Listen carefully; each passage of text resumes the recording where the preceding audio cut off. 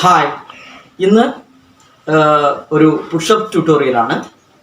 നമുക്ക് എല്ലാവർക്കും അറിയാം, ഏറ്റവും നല്ലൊരു കോമൺ ആയിട്ടുള്ള വ്യായാമമാണ് പുഷപ്സ്.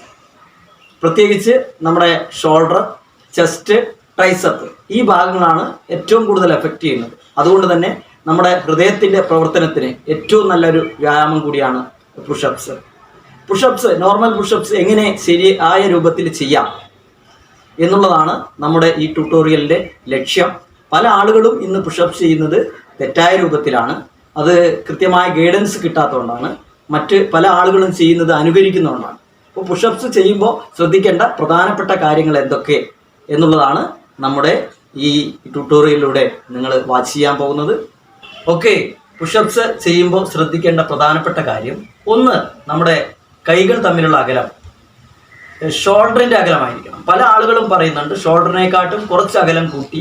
നോർമൽ പുഷപ്സ് എന്ന് പറഞ്ഞാൽ ഷോൾഡറിൻ്റെ അകലത്തിൽ കൈ വെച്ചിട്ടാണ് ചെയ്യുക.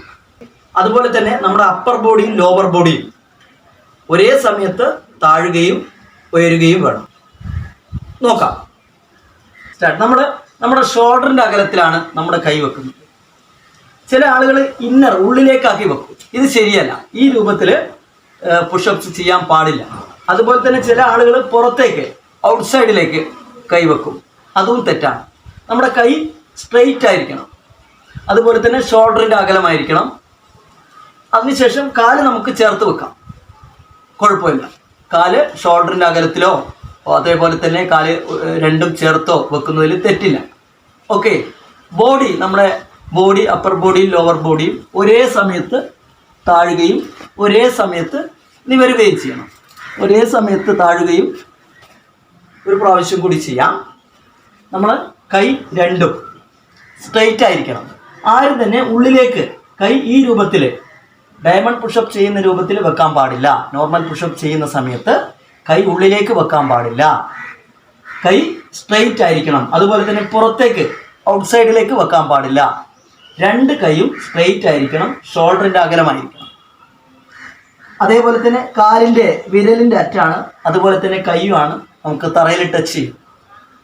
ദൃഷ്ടിയൊക്കെ നേരെയായിരിക്കണം. ഓക്കെ.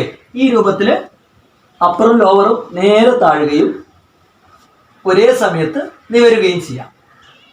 ഈ രൂപത്തിലാണ് നമ്മൾ പുഷപ്സ് ചെയ്യാൻ പാടുള്ളൂ. ഓക്കെ, ഒരു പ്രാവശ്യം കൂടി നോക്കാം.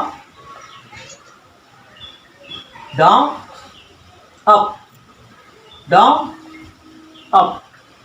പുഷപ്പ് ബിഗിനേഴ്സിന്, തുടക്കത്തിൽ പുഷപ്പ് ചെയ്യുന്ന ആളുകൾക്ക് അത് ചെയ്യാൻ പ്രയാസമാണ്. അപ്പോൾ അങ്ങനെയുള്ള ആളുകൾ പുഷപ്പ് മെച്ചപ്പെടുത്താൻ ഏത് രൂപത്തിൽ ചെയ്യണം നോക്കാം. ശരിയല്ലേ? നമ്മൾ തുടക്കക്കാർക്ക് ഇതേ രൂപത്തിൽ പുഷപ്പ് ചെയ്ത് പെട്ടെന്ന് നിവരാൻ പ്രയാസമാണ്. അപ്പോൾ അവർ തെറ്റായിട്ടാണ് ഇത് ശീലിക്കുന്നത്. അപ്പോൾ അങ്ങനെയുള്ള ആളുകൾ ഒരു പേഡിൻ്റെ സഹായത്താൽ, തുടക്കക്കാർക്ക് ഒരു പേഡിൻ്റെ സഹായത്താൽ നമുക്ക് പുഷപ്പ് ചെയ്ത് പ്രാക്ടീസ് ചെയ്യാം. ഓക്കെ, ഇത് ബിഗിനേഴ്സിനുള്ളതാണ്. റെഡി? ഇനി നമ്മൾ കുറച്ച് ദിവസം ആ രൂപത്തിൽ പ്രാക്ടീസ് ചെയ്താൽ പാഡ് മാറ്റി വെച്ചുകൊണ്ട് നമുക്ക് നേരത്തെ പറഞ്ഞ രൂപത്തിൽ ഷോൾഡറിൻ്റെ അകലത്തിൽ സ്ട്രെയിറ്റ് ആയിട്ട് കൈവച്ചുകൊണ്ട്, അപ്പോൾ നമ്മൾ പെട്ടെന്ന് നമുക്ക് നിവരാൻ പറ്റണമെന്നില്ല. ആ സമയത്ത് നമ്മൾ എന്ത് ചെയ്യും? ഒന്ന് നന്നായിട്ട് സ്ട്രെയിൻ ചെയ്തുകൊണ്ട് നിവരും. വീണ്ടും അപ്പോൾ ഈ രൂപത്തിൽ അവിടെ നിന്ന് ചെയ്യാതെ നമ്മൾ നിവരാൻ വേണ്ടി അപ്പറും ലോവറും ഒരേ സമയത്ത് നിവർത്താൻ വേണ്ടി ശ്രമിക്കണം. ഓക്കെ. ബിഗിനേഴ്സ് ചെയ്യുന്ന അവസരത്തിൽ പെട്ടെന്ന് നിവരാൻ പറ്റില്ലെങ്കിലും ഒരേ സമയത്ത് നിവരാൻ ശ്രമിക്കും. പിന്നീട് നമ്മൾ ദിവസങ്ങളോളം പ്രാക്ടീസ് ചെയ്ത് കഴിഞ്ഞാൽ അവർക്കും ശരിയായ രൂപത്തിൽ നോർമൽ പുഷപ്സ് ചെയ്യാൻ പറ്റും. അപ്പോൾ എല്ലാവരും ഈ രൂപത്തിൽ ശരിയായി പുഷപ്സ് ചെയ്യാൻ വേണ്ടി പ്രാക്ടീസ് ചെയ്യുക.